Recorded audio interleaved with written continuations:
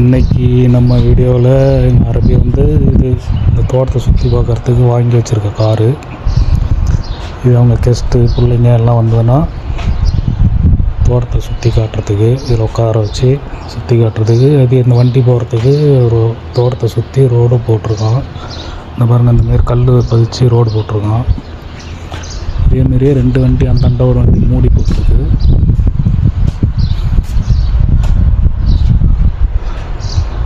இது ஒரு வண்டி, இது வந்து பஸ்ஸு மாதிரி இருக்கும், மினி பஸ்ஸு மாதிரி.